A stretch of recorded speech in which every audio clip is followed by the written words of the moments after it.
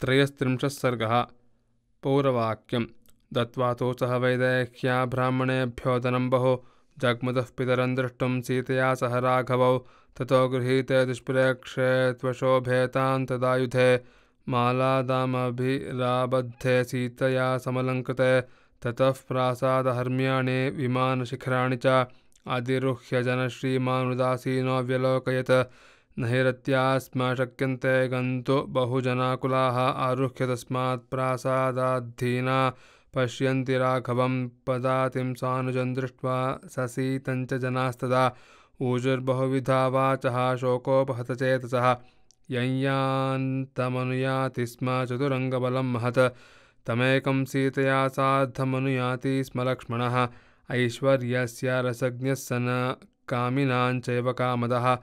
नेच्छेत्येनावृतं कर्तुं पितरं धर्मगौरवात् यानशक्या पुरा द्रष्टुं भूतैराकाशगैरपि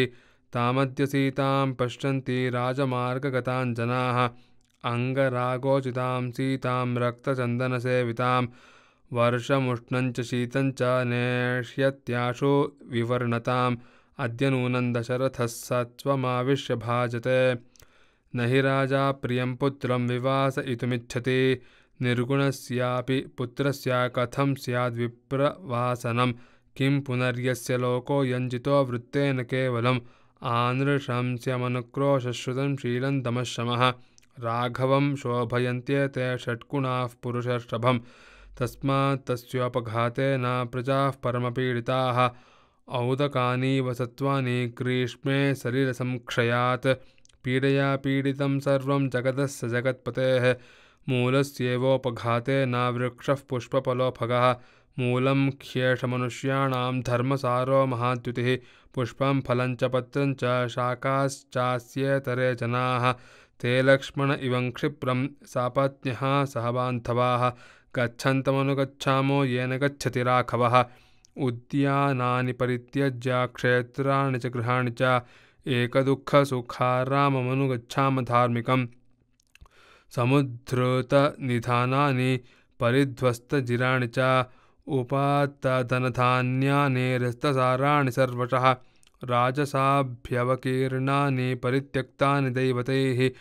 मूषकैः परिदावद्भिर्बिलैरावृतानि च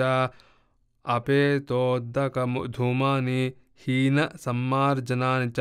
प्राणष्टबलिकर्मेज्यमन्त्रहोमजपानि च दुष्कालेनैव भग्नानि भिन्नभाजनवन्ति च अस्मत्यक्तानि वेश्मानि कैकेयी प्रतिपद्यतां वनं नगरमेवास्तु येन गच्छति राघवः अस्माभिश्च परित्यक्तं पुरं सम्पद्यतां वनं बिलानीदंशिणः सर्वे सानूनि मृगपक्षिणः त्यजन्त्यस्मयद्भीता भीता गजाः सिंहा वनान्यपि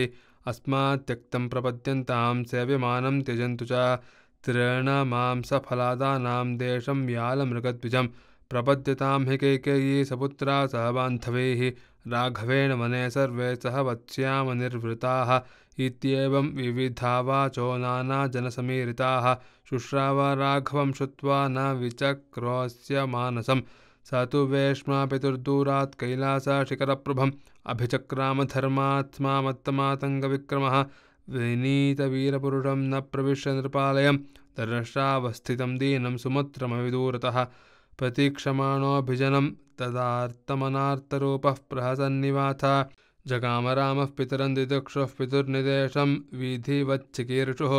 तत्पूर्वमैक्ष्वाकसुतो महात्मा रामो गमिष्यन् नृपमार्तरूपं व्यतिष्ठत प्रेक्ष्य तदा सुमन्त्रं पितुर्महात्मा प्रतिहारणार्थं पितुर्निदेशेन तु धर्मवत्सलो वनप्रवेशे कृतबुद्धनिश्चयः राघवः प्रेक्ष्य सुमन्त्रब्रवीन्निवेदयस्वागमनं नृपाय मे इत्यार्षे श्रीमद् रामायणे वाल्मीकि आदिकाव्ये चतुर्विंशतिसहस्रकायां संहितायाम् अयोध्याकाण्डे पौरवाक्यन्नाम त्रयस्त्रिंशः सर्गः। जानकीकान्तस्मरणं जय जय राम राम।